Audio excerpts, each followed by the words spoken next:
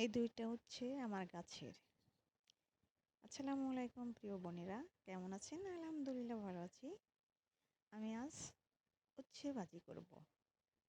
আমি উচ্ছে দুটোকে চিকন চিকন করে কেটে নেব। প্রথমে একটা উচ্ছে কেটে নিয়েছি, ভিতরের বিচিগুলা ফেলে দিয়ে সুন্দর করে চিকন চিকন করে কেটে নিচ্ছি।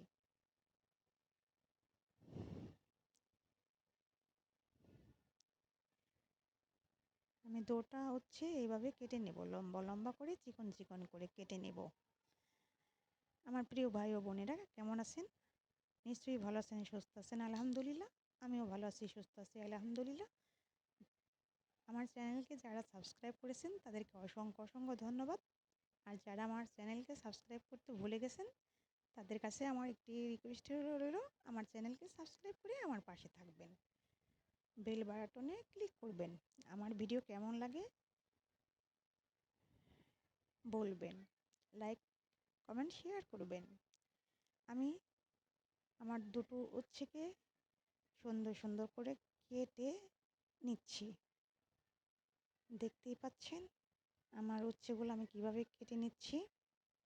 বিচিগুলো ফেলে দিয়েছি, চিকন চিকন করে কেটে এভাবে নিচ্ছি আমি। আমার উচ্ছে কেটে নেওয়া শেষ। এটাকে আমি ভালো করে ধুয়ে নেব। সামান্য পানি দিয়ে নিলাম।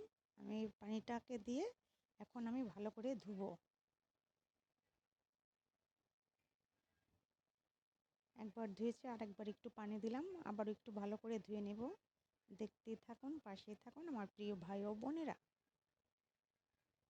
আবার একটু পানি দিয়ে আমি ধুয়ে নেব।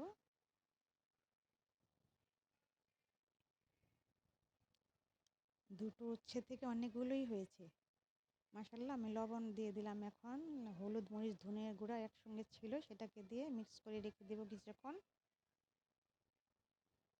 আমি ভালো করে মশলাটাকে মেখে নিচ্ছি যাতে মশলাগুলো সুন্দরভাবে ভিতরে ঢুকে, লবণ টবণ সহ। আমি এখন কয়েকটা পেঁয়াজ কেটে নেব।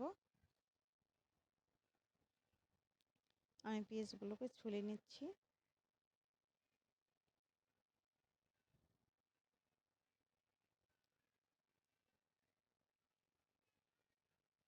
আমি কিছু কাঁচামরিচও কেটে নিচ্ছি।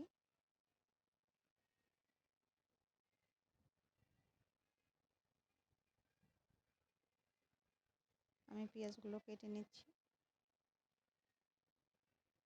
আমি কিন্তু পেঁয়াজগুলো ধুয়ে নিয়েছি, সেটাকে স্কিপ করে দিয়েছি।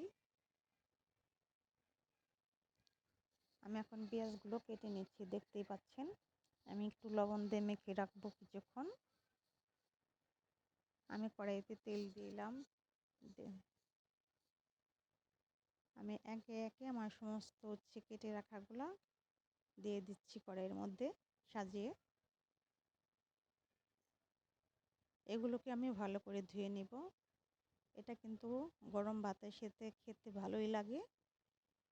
এটা কিন্তু তিতা ছাড়া, তিতা লাগে না, কিন্তু খেতে ভালো লাগে। আমি একটু মশলা বেশি দিয়েছিলাম, তাই ঝাল ঝাল হয়েছিল খেতে।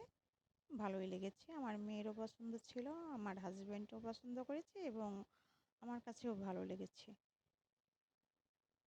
এইভাবে বাসায় করে দেখবেন, ছোটরাও খেতে পছন্দ করবে, ভালো লাগে। গরম ভাতের সাথে খেয়ে দেখবেন মাশাআল্লাহ কতটি টেস্টি, কত সুস্বাদু লাগে। তিতা কিন্তু লাগে না, তিতা ছাড়াই। এটাকে আমি এখন ভেজে নিচ্ছি, কিছুক্ষণ পরে আমি তুলে নেব। এখন উল্টে দিচ্ছি, দেখতেই পাচ্ছেন। আমার পাশে থাকার জন্য অসংখ্য অসংখ্য ধন্যবাদ। যারা আমার চ্যানেলকে সাবস্ক্রাইব করেছেন তাদেরকে অনেক অনেক ধন্যবাদ। আর যারা করেনি তারা সাবস্ক্রাইব করে আমার পাশে থাকবেন। আমি হচ্ছে এগুলোকে তুলে নিচ্ছি, দেখছেন তুলে নেওয়া হয়েছে। আবার কয়েকটা দিয়েছি, সেটাকে আমি দেখাইনি, স্কিপ করে দিয়েছি। আমি এগুলোকেও তুলে উল্টিয়ে পাল্টিয়ে নেব। আমি একটা একটা করে উল্টিয়ে নিচ্ছি, দেখতেই পাচ্ছেন। আমার প্রায় ভাজা শেষ হয়ে যাচ্ছে, কালারটা অন্যরকম চলে আসছে, ভাজা ভাজা কালার। এটা কিছুক্ষণ নেড়ে আমি এটাকে তুলে নেব।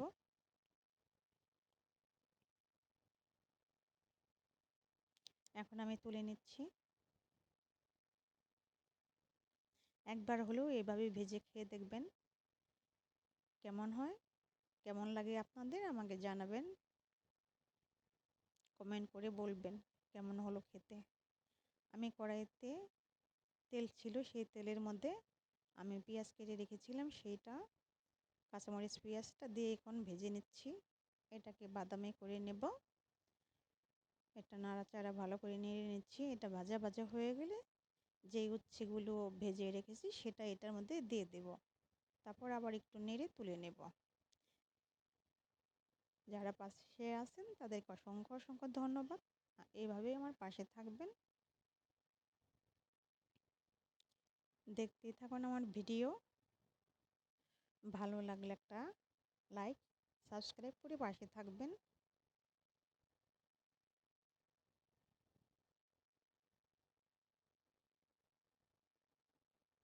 আমার পেঁয়াজগুলো বাদামি রঙের হয়ে গেছে। আমি আবারও ভালো করে নেড়ে নিচ্ছি।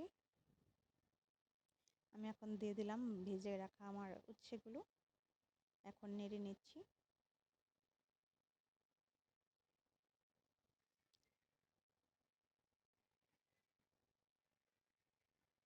আমি এখন তুলে নেব। অলরেডি আমার ভাজা শেষ। মাশাআল্লাহ, কত সুন্দর, খেতেও দারুণ হয়েছিল। এভাবে